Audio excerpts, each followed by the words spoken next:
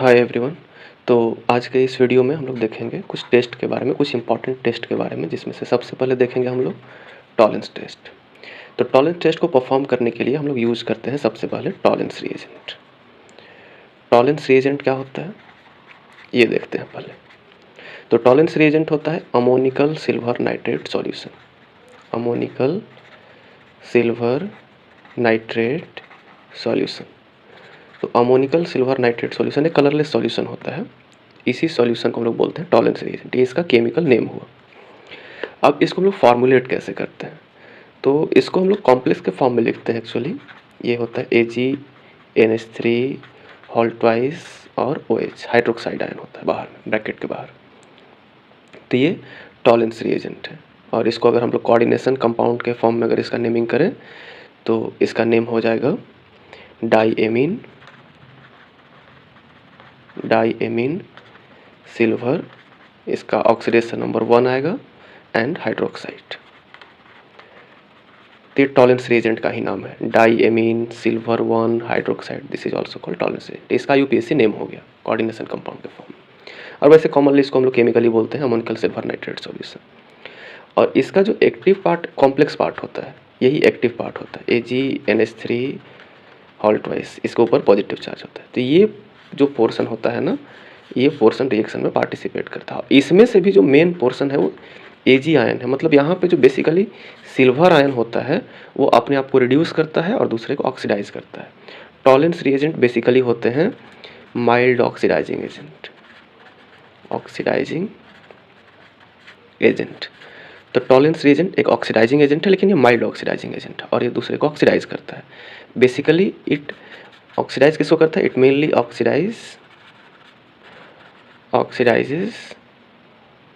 Oxidises aldehyde. ये aldehyde को oxidise करता है, कोई भी एल्डिहाइड, चाहे वो एलिफैटिक हो, बोथ एलिफैटिक और एंड एरोमेटिक। किसी भी तरह का एल्डिहाइड हो, एलिफैटिक नेचर का हो, एरोमेटिक नेचर का हो, सबको ऑक्सीडाइज करता है Tollens reagent ammoniacal silver nitrate solution. ये इसका फार्मूला हुआ। एक्टिव कंपोनेंट सिल्वर आयन हुआ। ये कॉम्प्लेक्स मतलब मेन रिएक्शन करता है और उसमें से भी सिल्वर आयन मेनली रिएक्शन में पार्टिसिपेट करता है। अब टॉलेंस टेस्ट होता क्या है, कैसे ये रिएक्शन करता है, कैसे ऑक्सीडाइज करता है, इसको एक एक करके देखते हैं हम लोग एग्जाम्पल से। तो जैसे कोई एक रिएक्शन ले लेते हैं हम लोग, एक जनरलाइज फॉर्म में अगर इसको हम लोग लिखें तो R, अब यहाँ पे R है, फिर CHO, कोई एक एल्डिहाइड है। अगर इस एल्डिहाइड को हम लोग ट्रीट कर दें टॉलेंस रिएजेंट के साथ, AgNH3 होल ट्वाइस, इसके साथ ट्रीट करें OH माइनस। तो जब टॉलेंस रिएजेंट के साथ किसी एल्डिहाइड को रिएक्ट कराएंगे तो इसमें क्या होता है ना कि प्रिसिपिटेट बनता है। किसका प्रिसिपिटेट बनता है? सबसे इंपॉर्टेंट चीज़ यही है इसमें है कि प्रिसिपिटेट बनेगा किसका? सिल्वर का प्रिसिपिटेट बन जाएगा। ये जो सिल्वर है ना, ये इसको ऑक्सीडाइज कर देगा, सिल्वर आयन खुद को रिड्यूस कर लेगा, रिड्यूस करके प्रिसिपिटेट बन जाएगा। और साथ में क्या बनेगा इसके साथ में, जब कॉम्प्लेक्स के टूटेगा तो NH3 अमोनिया गैस भी बाहर निकल के बबल्स बन के वहाँ से बाहर हो जाएगा। और जो OH है वो H2O का फॉर्मेशन कर लेगा। अब ये CHO क्या बन जाता है, ये क्या बनेगा? तो ये बन जाएगा एसिड। एसिड नहीं, कार्बोक्सिलेट आयन। एसिड क्यों नहीं? क्योंकि अगर हम इसको रफ में थोड़ा सोचें कि अगर एसिड बनेगा भी कुछ देर के लिए, तो क्योंकि ये बेसिक मीडियम हो रहा है, OH माइनस है, तो बेस क्या कर देगा, इस OH को, OH माइनस इस H को निकाल के और क्या फॉर्म कर देगा?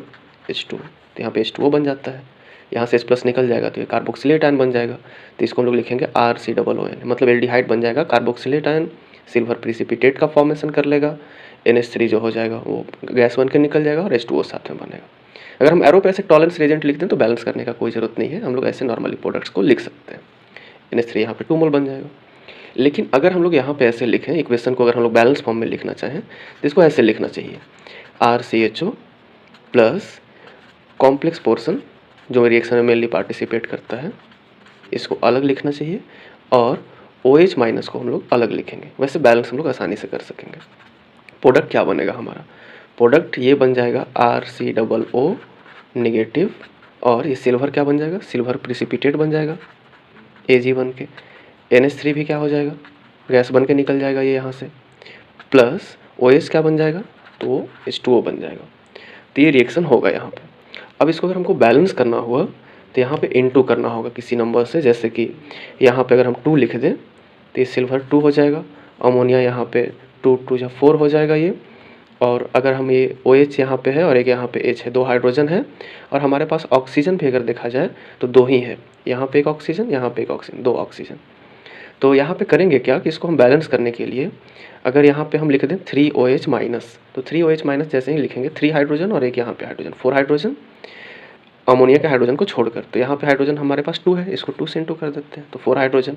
ऑक्सीजन हमारे पास 2 और 2 4 हाइड्रोजन, सॉरी 2 4 ऑक्सीजन भी हो गया, हमारे पास 4 ऑक्सीजन यहाँ भी है।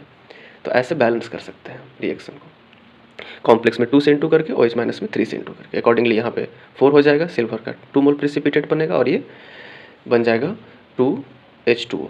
तो इस तरीके से हम लोग बैलेंस फॉर्म में लिख सकते हैं। लेकिन अगर बैलेंस फॉर्म में लिखना हुआ तब ऐसे लिखेंगे अगर पूछा जाए कि टॉलरेंस एजेंट क्या है तो एग्जाम में। अदरवाइज़ क्या है ना कि हम लोग इसको ऐसे ही लिखते हैं, जैसे कोई एक रिएक्शन लिखा हुआ है, सपोज करें कि CH3CH2, तो सिंपली हम क्या करेंगे कि इसका ऐसे कॉम्प्लेक्स अगर दिया हुआ है क्वेश्चन में NH3 होल ट्वाइस और इसके ऊपर पॉजिटिव चार्ज, तो क्या प्रोडक्ट बनेगा। तो हम क्या करेंगे, सिंपली साइड प्रोडक्ट्स को नीचे लिख लेंगे, जो साइड प्रोडक्ट बनेगा। क्या क्या साइड प्रोडक्ट बनेगा, तो सिल्वर बनेगा, उसका प्रिसिपिटेट, और क्या बनेगा अमोनिया, ये क्या बन जाएगा गैस, और क्या बनेगा H2O बन जाएगा, ये किस स्टेट में रहेगा लिक्विड। तो फिर हमारा मेन प्रोडक्ट क्या बनेगा, इस केस में मेन प्रोडक्ट बनेगा एसिड। तो R के जगह पे क्या है, यहाँ पे R नहीं लिखते हैं, मेन प्रोडक्ट को हम यहाँ लिख देते हैं CH3COO माइनस, ये हमारा मेन प्रोडक्ट होगा। तो ऐसे लिख सकते हैं। अब एक चीज़ और, कुछ एसिड भी टॉलरेंस टेस्ट देते हैं। एक एसिड है, जैसे कि एक क्वेश्चन आया था CBSE 2016 में।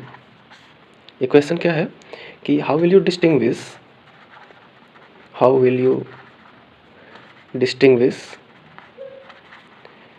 between HCOOH means formic acid and CH3COOH, इन दोनों को कैसे डिस्टिंग्विश करेंगे, कौन से केमिकल टेस्ट का यूज करेंगे। तो इसका आंसर भी टॉलरेंस टेस्ट होगा, टॉलरेंस टेस्ट। तो आंसर कर देंगे बाई टॉलरेंस टेस्ट। कैसे टॉलरेंस टेस्ट का यूज होगा इसमें, तो HC OOH, एक एसिड हमारे पास ये है और एक एसिड है CH3COOH, ये है एसिटिक एसिड। तो अब करेंगे क्या कि दोनों को एक चीज़ अगर हम ध्यान से देखें एक बार, तो इसमें क्या है कि COH एक तरफ से एल्डिहाइड भी दिख रहा है और इधर से हम देखें तो एसिड भी दिख रहा है। तो ये परफेक्ट एसिड नहीं है, इसमें एक तरफ से CO के बगल में H है, इसका मतलब इसमें एल्डिहाइड ग्रुप भी प्रेजेंट है। फॉर्मिक एसिड में ये है फॉर्मिक एसिड इसका नाम, लेकिन ये परफेक्ट एसिड नहीं है क्योंकि इसमें एल्डिहाइड ग्रुप भी तो इधर प्रेजेंट है C+OH, और इसमें C+बॉन्ड के बगल में H नहीं प्रेजेंट है। तो ये क्या है, ये परफेक्ट एसिड है। तो ये एसिड हुआ, ये इसका नाम हुआ एसिटिक एसिड, कॉमनली इसको एसिटिक एसिड बोलते हैं। तो जो एल्डिहाइड है वो तो टॉलरेंस टेस्ट दे सकता है, तो इसमें इसका मतलब ये हुआ कि formic acid will give tolerance test, ये टॉलरेंस टेस्ट देगा। और जो टॉलरेंस टेस्ट देगा वो क्या करेगा, and it will form the precipitate of PPT बना देगा, ये किसका, ऑफ सिल्वर, ये सिल्वर का प्रिसिपिटेट बना देगा। वैसे हम लोग वर्ड्स में इसका आंसर को कर सकते हैं। या एक तरीका ये भी है कि HCOOH जो हमारे पास एसिड है, इसको अगर हम लोग टॉलरेंस रीजेंट के साथ ट्रीट करें, मतलब कि AgNH3 whole twice positive charge और OH माइनस होता है साथ में, तो इसके साथ ट्रीट करेंगे तो क्या क्या साइड प्रोडक्ट बनेगा हमारे पास। प्रोडक्ट जो बनेगा वो बन जाएगा, ये अगर इसको हम देखें ध्यान से तो ये प्रोडक्ट बनेगा इसमें सिल्वर का प्रिसिपिटेट बनेगा, अमोनिया यहाँ से गैस बन के निकल जाएगा, और क्या H2O बन जाएगा। और हमारे साथ क्या प्रोडक्ट बनेगा, मेन प्रोडक्ट क्या बनेगा, ये जो है ना इस HCOOH ये कन्वर्ट हो जाएगा CO2 में। ऐसे भी हम लोग इसको लिख सकते हैं। तो हम लोग इस क्वेश्चन को यहाँ से यहाँ तक लिख के इसको आंसर कर सकते हैं, ज़्यादा ईजिली होगा, आसानी से कर सकते हैं। और अगर इसको हम लोग बैलेंस फॉर्म में लिखना चाहें तो इसको ऐसे लिख देंगे HCOOH प्लस, जब भी बैलेंस फॉर्म में लिखना होता है तो हम बार बार बता रहे हैं कि इसको क्या करते हैं कि कॉम्प्लेक्स के फॉर्म में लिखेंगे और OH माइनस को हमेशा अलग लिखेंगे।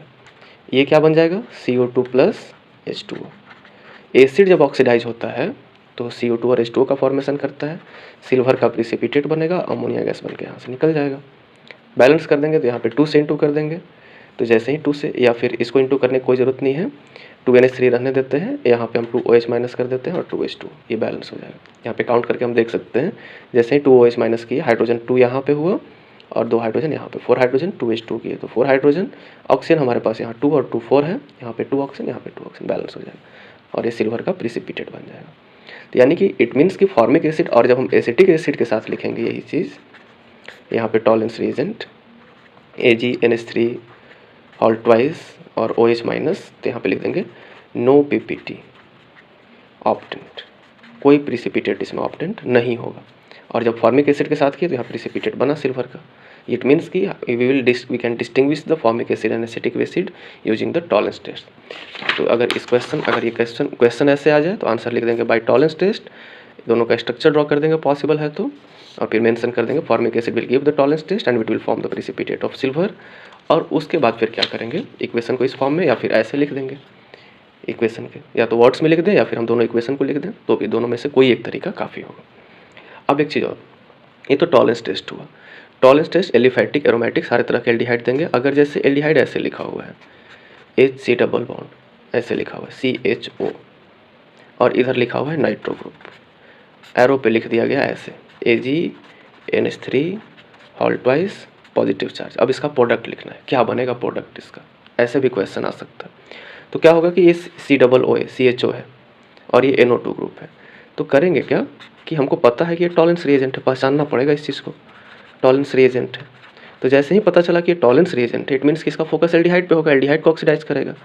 तो हम सिर्फ एल्डिहाइड के रिंग के फॉर्म में भी दिखा सकते हैं बेंजीन को, एल्डिहाइड को चेंज कर देंगे COO माइनस में, कार्बोक्सिलेट आयन में, और बाकी फंक्शनल ग्रुप NO2 या कुछ भी है उसको एज इट इज रख देंगे, ये प्रोडक्ट बन जाएगा हमारा। तो कोई भी कंपाउंड अगर ऐसा रहे टॉलेंस एजेंट दिखा रहे, तो उसको, अगर टॉलेंस एजेंट दिया हुआ है तो उसको हम लोग कार्बोक्सिलेट आयन में चेंज कर देते हैं। और एक चीज़ और यहाँ पे हम लोग सीखे कि formic acid also gives Tollens test, ये भी टॉलेंस टेस्ट देता है। ठीक है, अब हम लोग देखते हैं दूसरा टेस्ट। दूसरा टेस्ट हम लोग देखते हैं यहाँ पे फेलिंग टेस्ट। फेलिंग टेस्ट, तो जैसे टॉलेंस टेस्ट के लिए टॉलेंस रिएजेंट था, फेलिंग टेस्ट के लिए फेलिंग्स रिएजेंट है। फेलिंग्स रिएजेंट जो होता है ये 2 सॉल्यूशन का मिक्सचर होता है, इसमें 2 सॉल्यूशन होते हैं। एक होता है Fehling solution A, Fehling solution A, और दूसरा होता है फेलिंग सॉल्यूशन B। 2 A में क्या होता है, A में होता है aqueous copper sulphate. Aqueous copper sulphate जो होता है उसी को लोग बोलते हैं फेलिंग सॉल्यूशन है। और B जो होता है वो होता है रॉकलेस सॉल्ट सॉल्यूशन, ये कलरलेस सॉल्यूशन होता है रॉकलेस सॉल्ट सॉल्यूशन। और ये एक्वस कॉपर सल्फेट ये ब्लू होता है। दोनों को मिक्स कर लेते हैं इक्वल अमाउंट में, मिक्स करने के बाद जब एक नया सॉल्यूशन बनता है उसको बोलते हैं फेलिंग्स रिएजेंट, डीप ब्लू दिखता है ये। अब फेलिंग्स रिएजेंट जो होता है इसमें भी जो रॉकलेस सॉल्ट है वो एक्टिव कंपोनेंट नहीं, इसमें कॉपर सल्फेट है, और कॉपर भी नहीं, इसमें मेन एक्टिव कंपोनेंट है Cu2+। Cu2+ क्या है, एक्टिव कंपोनेंट है फेलिंग्स रिएजेंट का। फेलिंग्स रिएजेंट में मेन जो कंपोनेंट है वो Cu2+ है। तो ये भी बेसिक पीडीएम का ही रिएक्शन है वैसे। तो जैसे अगर कोई एल्डिहाइड है RCHO, तो मेन कंपोनेंट कौन है इसका, Cu2+। तो बाकी हम लोग कॉपर सल्फेट पूरा लिखने की जरूरत नहीं है इक्वेशन लिखते टाइम, सिर्फ Cu2+ लिख दिया गया एक्वस, और साथ में होगा OH-, ये बेसिक पीडीएम का रिएक्शन है। तो इस केस में भी एल्डिहाइड क्या बन जाएगा, कार्बोक्सिलेट आयन, क्योंकि बेसिक मीडियम रहता है भी, तो RCOO- बन जाएगा। इसमें एक चीज़ ध्यान देना है कि कॉपर जो है वो रेडिश ब्राउन प्रिसिपिटेट बनाता है, Cu2O बन जाता है, कॉपर इसमें ट्रांसफॉर्म हो जाता है। अगर इसको ऑक्सीडाइज कर रहा है, ये भी जो कॉपर आयन है, मेटल आयन, ये भी क्या है, माइल्ड ऑक्सीडाइजिंग एजेंट है, ये भी ऑक्सीडाइजिंग एजेंट है, तो इसको ऑक्सीडाइज कर देगा ये। जब इसको ऑक्सीडाइज करेगा तो अपने आप को रिड्यूस करके क्या बना लेगा, Cu2O, और ये होता है red brown precipitate, reddish brown precipitate बन जाएगा। और साथ में OH है तो H2O जरूर बनेगा। अब बैलेंस करने के लिए हम लोग यहाँ पे इंटू कर लेंगे 2 से, और OH- में इंटू कर दे अगर हम लोग यहाँ पे 5 से, तो हमारे पास हाइड्रोजन टोटल 5 और 1 6 हो जाएगा। यहाँ पे लिख देंगे 3H2। ऑक्सीजन हमारे पास 3 और 1 4 हुआ, और 4 और 2 6, और यहाँ पे 1 ऑक्सीजन और यहाँ पे 5 ऑक्सीजन, ऐसे बैलेंस हो जाएगा। ये तो फेलिंग टेस्ट हुआ। अब फेलिंग टेस्ट में इंपॉर्टेंट बात एक और क्या है, इस चीज़ को भी याद रखना इंपॉर्टेंट है कि aromatic aldehyde do not give this test. Aromatic aldehyde Fehling test नहीं देता है। टॉलेंस ऐसा था कि एरोमेटिक हो या एलिफेटिक हो सब देगा, लेकिन फेलिंग टेस्ट जो होगा वो एरोमेटिक एल्डिहाइड नहीं देगा, ये नहीं देता एरोमेटिक। मतलब बेंजल डिहाइड इस टेस्ट को, अगर बेंजल डिहाइड की हम लोग बात करें तो बेंजल डिहाइड एक एरोमेटिक एल्डिहाइड है, C6H5CHO, ये टॉलेंस देगा ये, लेकिन फेलिंग टेस्ट ये नहीं देगा। अब यहाँ पे हम लोग कुछ एग्जाम्पल और देख लेते हैं। जैसे कि अगर एक क्वेश्चन ऐसे आ जाए कि how will you distinguish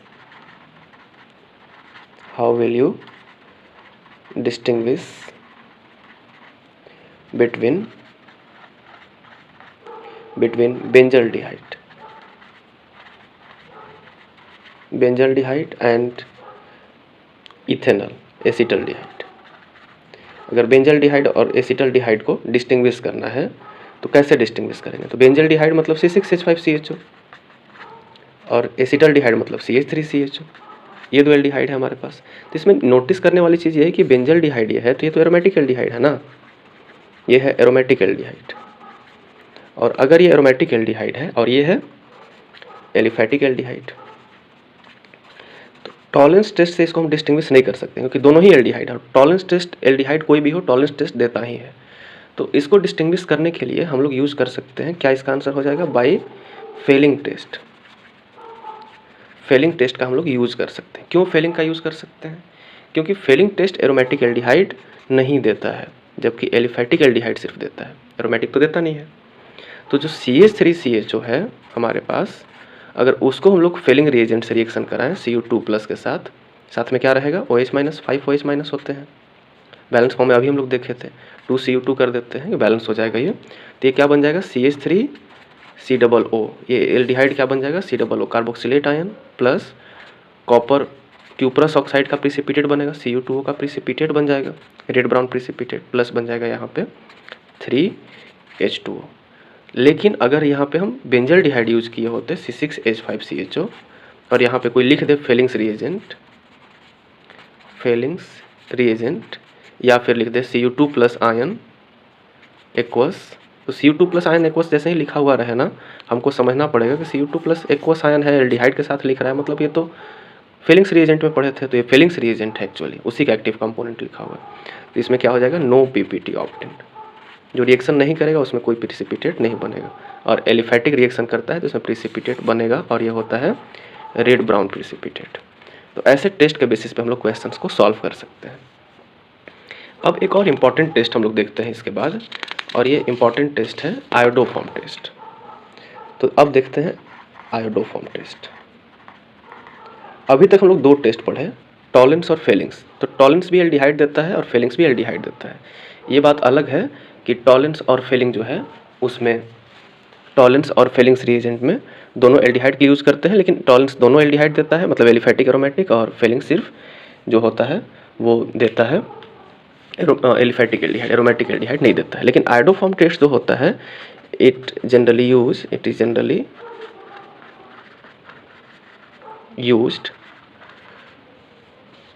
generally used for methyl ketone. ये मिथाइल कीटोन के लिए यूज़ करते हैं। तो मिथाइल कीटोन क्या होता है? अब पहले मिथाइल कीटोन पहचानने सीखना चाहिए हम लोगों को। जैसे एक एल्डिहाइड या ऐसे कोई कीटोन एक लिखा हुआ है सर, CH2CH3, ये कीटोन है। तो इस कीटोन में CO के हमको दोनों तरफ चेक करना है, CO के इस तरफ चेक करना है और CO के इस तरफ पूरा चेक करना है। CO से डायरेक्टली लगा हुआ CH3 है इसमें, हाँ है। इधर डायरेक्टली CH3 है क्या? नहीं, सिर्फ CH3 इधर नहीं है, इधर CH3 CH2 दोनों है। तो इधर इथाइल है, इधर मिथाइल है। तो जिसमें CO के किसी भी एक तरफ मिथाइल होता है ये मिथाइल कीटोन होता है। तो यानी कि ये मिथाइल कीटोन है ये कंपाउंड। अगर हम ऐसे ड्रॉ किए होते तो CH3 CH2 CO, फिर इधर CH2 और CH3, तो इस CH3 को देख कर नहीं बोल देना है कि मिथाइल कीटोन है, नहीं। CO के बगल में यहाँ पे क्या है कि मेन कंपोनेंट है हमारे पास CO। अब CO के बगल में इधर पूरा देखना है, एक साइड में पूरा सिर्फ CH3 होना चाहिए। अगर सिर्फ CH3 है तभी मिथाइल कीटोन, ये सिर्फ CH3 नहीं है, CH2CH3 है, और इधर भी CH2CH3 है, यानी कि ये मिथाइल कीटोन नहीं है। और अगर ऐसे लिखा होता तो ये मिथाइल कीटोन है। तो मिथाइल कीटोन जो होता है CO के बगल में, इसमें एक तरफ CH3 होना चाहिए CO के बगल में, इसमें तो दोनों तरफ है, तो ये मिथाइल कीटोन है। किसी भी एक तरफ कम से कम CO के CH3 होना चाहिए। तो जो मिथाइल कीटोन होगा वो आयोडोफॉर्म टेस्ट देगा। तो ये आयोडोफॉर्म टेस्ट देगा, ये नहीं देगा, ये भी देगा। एक और हम लोग देखते हैं मॉलिक्यूल। ये मॉलिक्यूल है बेंजीन रिंग, फिर बीच में CO, फिर से बेंजीन रिंग। ये मिथाइल कीटोन है कि नहीं? नहीं, ये मिथाइल कीटोन नहीं, क्योंकि CO के बगल में इधर CH3 थोड़ी है, फिनाइल रिंग है, इधर भी फिनाइल रिंग है, बेंजीन रिंग है, बेंजीन रिंग को फिनाइल भी बोलते हैं। तो ये क्या है? बेंजोफिनोन वैसे इसका नाम है। तो ये मिथाइल कीटोन नहीं है, और जो मिथाइल कीटोन नहीं है वो आयोडोफॉर्म नहीं देगा। कुछ एल्कोहल या एल्डिहाइड भी आयोडोफॉर्म देते हैं। कौन से एल्कोहल? अभी तो हम देखें मिथाइल कीटोन, कि मिथाइल कीटोन जो होगा, जो भी मिथाइल कीटोन है वो आयोडोफॉर्म देगा। अब हम लोग क्या है देखते हैं कुछ ऐसे एल्कोहल जो एल्कोहल भी आयोडोफॉर्म देते हैं। तो कौन से एल्कोहल आयोडोफॉर्म दे सकते हैं? Alcohol having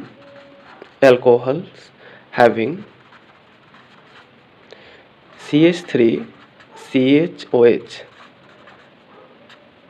मायोटी। मतलब अगर ऐसा पोर्शन किसी भी एल्डिहाइड में है तो वो एल्डिहाइड भी आयोडोफॉर्म टेस्ट देगा। तो कौन से अल्कोहल हो सकता है वैसा? कौन? ये तो कंप्लीट मॉलिक्यूल नहीं लिखा हुआ है। तो जैसे अगर CH3 CH2OH ये है इथेनॉल, ये आयोडोफॉर्म टेस्ट देगा कि नहीं देगा? पहचानने के लिए हम लोग ऐसे देख लेंगे कि CH3 CHOH ग्रुप होना चाहिए। तो CH3 इसमें है, CH3 है, फिर क्या है? CH है, CH2 है, CH2 से कोई प्रॉब्लम नहीं है, बाकी इधर कुछ भी रहे, इसके जगह पे इधर H भी रह सकता है, इधर R भी रह सकता है, उससे कोई मतलब नहीं है। CH है कि नहीं? CH2 रहे या कुछ भी रहे, CH है ना, उसमें 2 H है, लेकिन CH तो है, CH है। फिर उसी CH के साथ OH है, हाँ OH भी है, और इधर एक H इसमें एक्स्ट्रा भी है। तो इधर कुछ भी रहे कि इसी चीज़ को हम ओपन करके ऐसे भी लिख सकते हैं। इसको हम क्या किए कि बस CH3 को CH3 रहने दिए, CH2 को हम CH और एक H लिख दिया और एक OH को लिख दिए इधर। तो इसमें तो ये पोर्शन है ही CH3 CHOH, इसी चीज़ को तो ऐसे लिखे हैं हम, तो ये इससे मैच कर रहा है, यानी कि आयोडोफॉर्म टेस्ट देगा। अगर ये मॉलिक्यूल रहे तो CH3 CHOH CH3, ये आयोडोफॉर्म देगा कि नहीं? बिल्कुल देगा ये भी, क्योंकि CH3 है और CH3 के साथ OH, CH3 है, ऐसा नहीं कि CH3 लेफ्ट में ही होना चाहिए, किसी भी साइड CH3 CHOH, या इधर से भी देखते तो वही चीज़ वैसे मिलता है इस केस में CH3 CHOH, तो ये देगा आयोडोफॉर्म टेस्ट। और भी कुछ एग्जाम्पल देख लेते हैं हम लोग कि कौन आयोडोफॉर्म टेस्ट देगा और कौन नहीं देगा। जैसे अगर मॉलिक्यूल हमारे पास ऐसे लिखा हुआ है CH3 CH2 फिर CH फिर OH फिर CH3, ये आयोडोफॉर्म टेस्ट देगा कि नहीं? बिल्कुल देगा, क्योंकि इसमें भी CH3 है और CH3 के बगल में क्या है? CHOH, तो ये भी आयोडोफॉर्म टेस्ट देगा। बस हमको ये ढूंढना है CHOH। और ये चीज़ बहुत इंपॉर्टेंट है कि इथेनॉल CH3 CH2OH जो अभी शुरू में देखे थे हम लोग, यहाँ पे ये मॉलिक्यूल जिसको हम ऐसे करके लिखे थे, ये इथेनॉल या फिर C2H5OH लिख लें, इथेनॉल गिव्स आयोडोफॉर्म टेस्ट, ये आयोडोफॉर्म टेस्ट देता है। तो वैसे तो आयोडोफॉर्म टेस्ट कीटोन के लिए यूज होता है, मिथाइल कीटोन के लिए, लेकिन एल्कोहल भी आयोडोफॉर्म टेस्ट देते हैं, those alcohols having CH3 CHOH मायोटी। एक चीज़ और, एक एल्डिहाइड है CH3 CHO, ये एल्डिहाइड भी आयोडोफॉर्म टेस्ट देता है, क्योंकि इसमें भी CO के बगल में एक तरफ क्या है? CH3, तो एक ही एल्डिहाइड है जो आयोडोफॉर्म टेस्ट देता है। मतलब ये हुआ कि acetaldehyde also gives iodoform test. तो एल्डिहाइड में CO के बगल में CH3 वाला एक ही एल्डिहाइड है, एसिटल्डिहाइड, फॉर्मल्डिहाइड नहीं दे सकता है ना, इसमें CO के बगल में CH3 नहीं है, H है, तो ये आयोडोफॉर्म नहीं देगा। इसमें CO के बगल में CH3 एसिटल्डिहाइड, तो ये देगा। एल्कोहल में इथेनॉल सबसे कॉमन एल्कोहल है जो आयोडोफॉर्म देता है, और बाकी कोई भी एल्कोहल जिसमें CH3OH हो आयोडोफॉर्म देगा। अब देखते हैं कि आयोडोफॉर्म टेस्ट क्या होता है, किससे रिएक्शन कराते हैं, कौन एक्टिव कंपोनेंट होता है। तो कोई भी कीटोन, जैसे कि इस तरह का कोई मॉलिक्यूल है COCH3, अगर हमारे पास ये मॉलिक्यूल है, ये कीटोन है, एसीटोन है इसका नाम, ऐसे प्रोपेनोन भी बोलते हैं इसको, IUPAC नेम इसका प्रोपेनोन होता है। अगर इस मॉलिक्यूल को हम ट्रीट करें I2 NaOH प्लस I2 के साथ, इसके साथ ट्रीट करें तो NaOH plus I2 actually reaction करके NaI प्लस NaOI भी बनाता है। तो ये इसका एक्टिव कंपोनेंट है। मेनली रिएक्शन में NaOI पार्टिसिपेट करता है। तो कोई जरूरी नहीं कि ऐसे ही लिखा हुआ है NaOH प्लस I2, ऐसे भी लिखा रह सकता है। इसको बोलते हैं हम लोग सोडियम हाइपो आयोडाइड बोलते हैं, इसका नाम है सोडियम हाइपो आयोडाइड। तो ये क्या करता है ना कि ये मिथाइल कीटोन है। जैसे ही I2 प्लस NaOH देखें हम समझ जाएंगे कि NaOI बनेगा, यानी कि सोडियम हाइपो आयोडाइड बनेगा। अगर ये सोडियम हाइपो आयोडाइड बन रहा है मतलब ये आयोडोफॉर्म रिएक्शन करने के लिए यूज़ किया जा रहा है। तो क्या ये कंपाउंड जो दिया हुआ है आयोडोफॉर्म टेस्ट देगा? जी बिल्कुल देगा। क्यों देगा? क्योंकि CO के बगल में क्या जुड़ा हुआ है? CH3, मतलब ये मिथाइल कीटोन है, इधर भी है इधर भी है। तो एक तरफ भी होता तो मिथाइल कीटोन बोलते, वैसे ही है मिथाइल कीटोन। तो एक CH3 को हम लोग कन्वर्ट कर देंगे, कोई भी एक CH3 दोनों में से एक बन जाता है CHI3। ये होता है येलो प्रिसिपिटेट, येलो PPT का फॉर्मेशन कर देगा और इसका नाम है आयोडोफॉर्म। ये आयोडोफॉर्म है। साथ में क्या होता है, ये एक ऑक्सीडाइजिंग एजेंट भी है। तो ये क्या करेगा ना कि क्या बच गया हमारे पास, एक CH3 तो ऑक्सीडाइज हो गया, तो हमारे पास क्या बच गया, CH3 और CO, 2 कार्बन बचा, एक CH3 बचा और एक डबल बॉन्ड कार्बन। तो जो डबल बॉन्ड कार्बन है ना CO, उसको हम लोग ऐसे लिख देंगे COONA, मतलब वो एसिड का सॉल्ट बन जाएगा। CH3COOH मतलब एसिड हो जाता, और ये H की जगह पे अगर मेटल लिख देते सॉल्ट हो गया। तो क्या बन गया, sodium salt of carboxylic acid. Carboxylic acid का सॉल्ट बन गया। कौन सा सॉल्ट? Sodium salt. वैसे इस सॉल्ट का नाम हो जाएगा सोडियम, 2 कार्बन का सॉल्ट है ये, तो सोडियम एसीटेट बोलते हैं इसको, ये बन जाएगा। अगर हमारे पास ये अल्कोहल हो, जैसे ये अल्कोहल या कंपाउंड कुछ ऐसा होता हमारे पास कि CH3 होता, फिर CH2 होता, फिर CO होता, फिर CH3 होता, ये कंपाउंड होता, और इसको हम ट्रीट कर दे NaOI के साथ, तो क्या बनता प्रोडक्ट? तो सोडियम हाइपोआयोडाइड लिखा हुआ है, मतलब यह तो आयोडोफॉर्म है।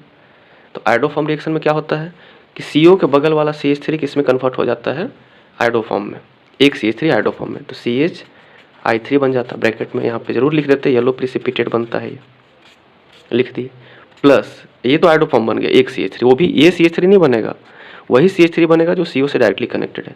तो बचा हुआ पोर्शन हमारा ये जो 3 कार्बन है वो क्या बनेगा, तो CH3 है तो CH3 लिख देंगे, CH2 है तो CH2 लिख देंगे, जो CO है तो यही C जो है COONA बन जाता है, ये कार्बोक्सिलिक एसिड सॉल्ट बन जाएगा। तो ये हमारा प्रोडक्ट बनेगा। कुछ और एग्जाम्पल देखते हैं, जैसे इथेनॉल को देखते हैं कि इथेनॉल से क्या बनेगा। अगर है CH3 CH2OH, इथेनॉल है, इसको अगर हम लोग सोडियम हाइपोआयोडाइड के साथ ट्रीट कर दें NaOI के साथ, तो ये क्या बनेगा, तो ये जो है ना, इसमें सोडियम हाइपोआयोडाइड के साथ जब ये रिएक्शन करेगा तो हाइपोआयोडाइड जो होता है वो ऑक्सीडाइजिंग एजेंट होता है। तो एल्कोहल को पहले एल्डिहाइड बनाएगा, क्योंकि ये CH2OH है, प्राइमरी एल्कोहल है, तो पहले ये एसिटल्डिहाइड बन जाएगा। CH3 तो CH3 ही रहेगा, एल्कोहल से एल्डिहाइड बनता है, तो एल्डिहाइड को कैसे लिखते हैं, C double bond OH open करके ऐसे लिखते हैं। तो ये CH3 वैसे ही है, वो कार्बन ऑक्सीडाइज हुआ सिर्फ जिस पे एल्कोहल था, तो ऑक्सीडाइज हो गया। अब इसमें CO के बगल में CH3 है, मतलब ये आयोडोफॉर्म बनाएगा, तो हम एरो पे लिख देंगे NaOI, फिर से वही कंपोनेंट रिएक्शन करेगा और बना देगा CHI3, ये बन जाएगा यहाँ पे, और CHI3 बनेगा और ये ऑक्सीडाइज होकर बन जाएगा HCOOH। HCOOH नहीं बनेगा, HCOONA बनेगा, क्योंकि बेसिक मीडियम का रिएक्शन है ना, तो H नहीं लिख सकते हम लोग। HCOOH अगर बनता भी यहाँ पे तो ये बेस है, बेस क्या करेगा कि H को निकाल के H2O बना देगा, तो HCOO बचेगा, HCOONA माइनस होता है, इसके ऊपर मेटल जुड़ जाएगा, तो ये प्रोडक्ट बनेगा हमारा। तो मेनली इसमें है कि येलो प्रिसिपिटेट बनेगा आयोडोफॉर्म का, ये अल्कोहल देगा। तो अब इन सब रिएक्शन का आयोडोफॉर्म हम लोग देख चुके। एक चीज़ और है कि अगर किसी कंपाउंड में सपोज करते हैं कि डबल बॉन्ड है और ऐसे लिखा हुआ है COCH3 ऐसे, और इसको हम लोग NaOI के साथ रिएक्शन कर दिए, तो ये जो हाइपोआयोडाइड होता है वो डबल बॉन्ड को अफेक्ट नहीं करता है, वो सिर्फ CO के बगल वाले ही CH3 को अफेक्ट करेगा और उसको आयोडोफॉर्म बना देगा। तो ये वाली चीज़ बन जाएगी CHI3 आयोडोफॉर्म, प्लस इधर जो भी बच गया वो एसिड का सॉल्ट बन जाएगा। तो क्या बन जाएगा, CH3 CH डबल बॉन्ड जैसे है वैसे ही रहेगा, फिर ये CO, यही CO बन जाता है COONA, तो ये प्रोडक्ट बन जाएगा हमारा, और प्लस बन जाएगा ये येलो PPT आयोडोफॉर्म इसी को बोलते हैं CH3 को। अब इसके बेसिस पे कुछ क्वेश्चंस आए हुए हैं, बहुत सारे प्रीवियस ईयर क्वेश्चंस हैं, और ये क्वेश्चंस हैं जो हम लोग NCERT का भी ये क्वेश्चन है एल्डिहाइड कीटोन चैप्टर का। तो देखते हैं हम लोग एक एक करके कि डिस्टिंग्विश करना है प्रोपेनल। अच्छा, एक टेस्ट और, इससे पहले कि हम क्वेश्चन डिस्कस करें सारा, एक टेस्ट और हम लोग देख लेते हैं जो कि इम्पॉर्टेंट है। यहाँ पर हम लोग इसके लिए देख लेते हैं बाइकार्बोनेट टेस्ट। बाइकार्बोनेट टेस्ट ये भी एल्डिहाइड कीटोन चैप्टर का ही है। ये टेस्ट होता है, this test is used for carboxylic acid. ये एसिड के लिए यूज होता है, कार्बोक्सिलिक एसिड। जैसे कि अगर कोई कार्बोक्सिलिक एसिड है RCOOH, ये एसिडिक होते हैं, सफिशिएंटली एसिडिक होते हैं कि कार्बोनेट और बाइकार्बोनेट से रिएक्शन करें। तो Na2CO3 के साथ भी रिएक्शन करेगा ये, और Na2CO3 के साथ रिएक्शन करेगा तो ये तो कार्बोनेट हुआ। तो क्या बनेगा, कार्बोनेट या बाइकार्बोनेट जब एसिड से रिएक्शन करता है तो एसिड का सॉल्ट बनता है, RCOONA बन जाएगा, प्लस बन जाएगा CO2 और प्लस बन जाएगा H2। अब यहाँ पे अगर हम इसको बैलेंस फॉर्म में लिखें तो 2 लिख देंगे, यहाँ पे 2 लिख देंगे, 2 सोडियम हो गया और फिर CO2 और H2O यहाँ से बन के निकल जाएगा। अगर यहाँ पे एक चीज़ देखें कि हम कार्बोनेट नहीं यूज़ करे होते, बाय द वे हम यूज़ करे होते यहाँ पे बाइकार्बोनेट, तो RCOOH लिखते हैं, बाइकार्बोनेट के लिए लिखते हैं NaHCO3, हाइड्रोजन कार्बोनेट ही बाइकार्बोनेट है। तो क्या प्रोडक्ट बनता है, सेम वही प्रोडक्ट बनता है जो कार्बोनेट के साथ बनता है, सॉल्ट बन जाता RCOONA, सॉल्ट, प्लस क्या बन जाता CO2 और प्लस और क्या बन जाता H2। CO2 गैस जो होता है वहाँ से इफरवेसेंस करता है, इफरवेसेंस, बबल्स निकलता है एक साथ। जैसे ही टेस्ट ट्यूब में एसिड रखा रहेगा, उस टेस्ट ट्यूब में कार्बोनेट का सॉल्यूशन मिलाएंगे, सडन वहाँ पे बबल्स का फॉर्मेशन होगा, इफरवेसेंस होगा, बहुत तेज़ी से बबल्स बनेगा, उसी को बोलते हैं ब्रिस्क इफरवेसेंस। इसको ब्रिस्क इफरवेसेंस बोलते हैं, और वो CO2 के निकलने की वजह से होता है। तो एसिड कोई भी रहेगा तो कार्बोनेट टेस्ट को रिस्पॉन्ड करेगा।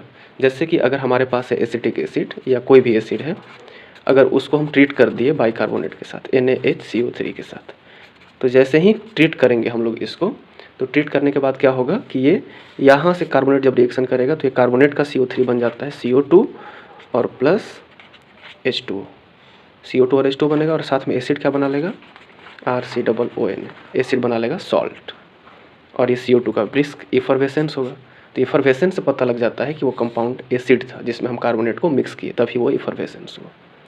ईस्टर या कोई दूसरा फंक्शनल ग्रुप कार्बोनेट के साथ रिएक्शन नहीं करता है।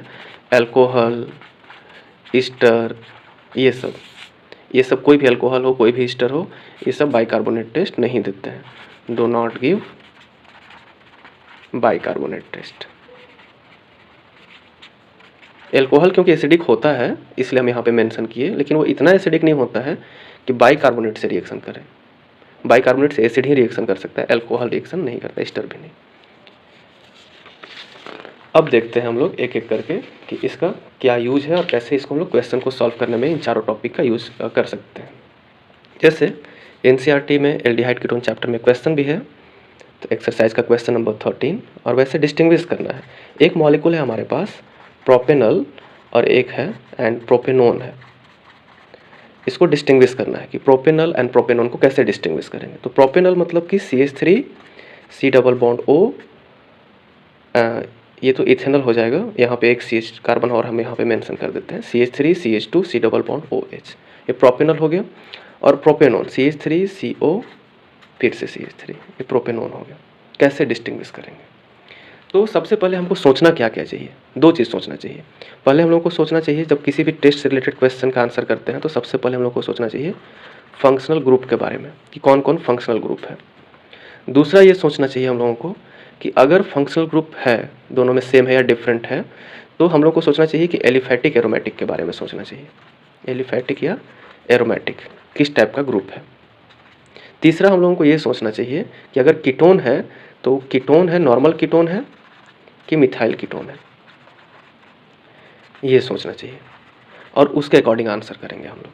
पहले फंक्शनल ग्रुप देख लेंगे, फिर एलिफैटिक, अगर फंक्शनल ग्रुप अगर सेम निकल गया तो एलिफैटिक एरोमेटिक देखेंगे। अगर ये भी दोनों सेम निकल गया कि एरोमेटिक ही है दोनों या एलिफैटिक ही है दोनों, तो फिर देख लेंगे कीटोन है कि मिथाइल कीटोन है, और नहीं तो फिर वो कार्बोक्सिलिक एसिड जो होगा उसको चेक कर लेंगे। तो ऐसे हम लोग चेक कर लेते हैं। वैसे फंक्शनल ग्रुप और चेक करना और कार्बोक्सिलिक एसिड होना दोनों एक ही चीज़ है। तो जैसे अब इस क्वेश्चन में देखें, इसमें कौन सा फंक्शनल ग्रुप है, तो एल्डिहाइड है ये, और ये क्या है, कीटोन है। तो अगर एल्डिहाइड और एक कीटोन है तब तो कोई प्रॉब्लम ही नहीं है, तब तो इसको हम लोग सिंपल वे में देख सकते हैं कि एल्डिहाइड टॉलेंस टेस्ट देता है और कीटोन नहीं देता है। तो इसका आंसर हो जाएगा by Tollens test. Tollens test से इसको हम लोग आंसर कर सकते हैं कि टॉलेंस